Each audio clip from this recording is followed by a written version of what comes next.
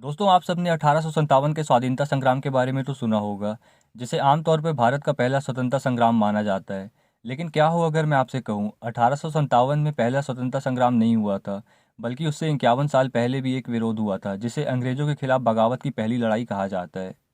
दरअसल बात 10 जुलाई 1806 की है, जब वेल्लोर अब तमिलनाडु में दक्षिण भारतीय सैनिकों ने वेल्लोर युद्ध छेड़ दिया था। वेल्लोर विद्रोह अंग्रेजों के खिलाफ भारतीय सैनिकों द्वारा पहला बड़े पैमाने का विद्रोह था, जिसे 1857 के विद्रोह के लिए मंच तैयार किया था। भले ही यह विद्रोह छोटा और केवल एक दिन के लिए चला था, लेकिन यह हिंसक और खूनी था और विद्रोहियों ने वेल्लोर किले पर धावा बोल दिया था। लगभग 200 ब्रिटिश सैनिकों को मार डाला और घायल कर दिया।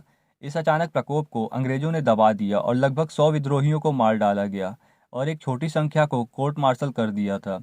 1857 के विद्रोह की तरह इस विद्रोह की नींव भी धार्मिक थी। 1805 में सिपाही ड्रेस कोड में बदलाव किया गया था, जिसके तहत हिंदू सैनिकों को अपने माथे पर किसी भी तरह के धार्मिक निशान लगाने की अनुमति नहीं थी और मुस्लिम के लिए यह दाढ़ी और मूछें कटवाना अनिवार्य कर दिया गया था।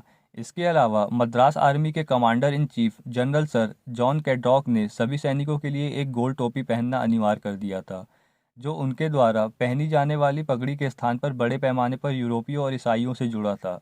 हिंदू और मुसलमान दोनों इससे नाराज थे, क्योंकि यह सैन्य बोर्ड की उस चेतावनी के खिलाफ गया था जिसने कहा था कि सभी वर्दी परिवर्तनों पर उचित विचार किया जाना चाहिए, क्योंकि वे नाजुक मामले हैं। अफवाहें भी तैरने लगी थी कि यह उन्हें ईसाई धर्म में परिवर्तित करने के लिए एक प्रक्रिया थी, जिससे सैनिकों को और गुस्सा आया।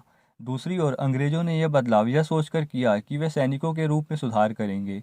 मई 1806 में वर्दी में इस बदलाव का विरोध करने वाले कुछ सैनिकों को कोर्ट सेंट जॉर्ज भेज दिया गया। यहाँ दोनों को 90-90 कोड़े मारे गए और सेना से निकाल दिया गया।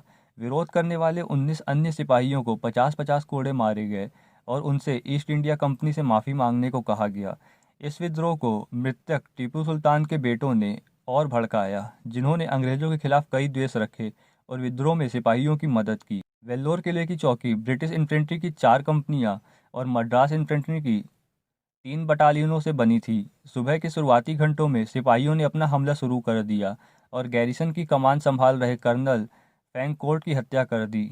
मारे जाने के बाद 23वीं रेजिमेंट के कर्नल बी कैरास थे, जिसके बाद मेजर आर्मस्ट्रॉन्ग को सैनिकों ने गोली मार दी। किले के बाहर मौजूद मेजर क्रूट्स ने रानीपेट को हड़काया और कर्नल गैलेस्पी को सूचित किया, जो तुरंत किले में पहुंचे। इसी बीच विद्रोहियों ने टीपू सुल्तान के बेटे फतेह हैदर को अपना नया शासक घोषित कर दिया था और किले के ऊपर बाघ का झंडा फहरा दिया गया।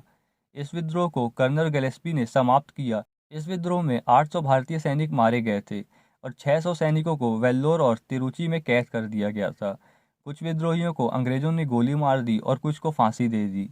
अंततः विरोध को समाप्त कर दिया गया था।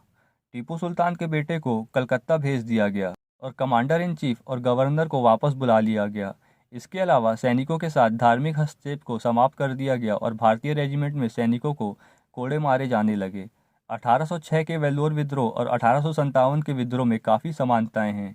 हालांकि बाद वाला बहुत बड़े पैमाने पर था और अक्सर इसे भारतीय स्वतंत्रता संग्राम के पहले युद्ध के रूप में देखा जाता है।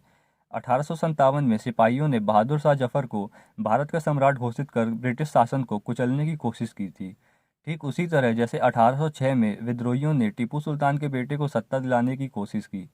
इसके अलावा सैनिकों की धार्मिक भावनाओं के अपमान के खिलाफ गुस्सा भी था, जो इस युद्ध का कारण बना था। दोस्तों, ऐसे ही हिस्ट्री रिलेटेड वीडियो देखने के लिए द रियल हिस्ट्री को सब्सक्राइब जरूर करिएगा।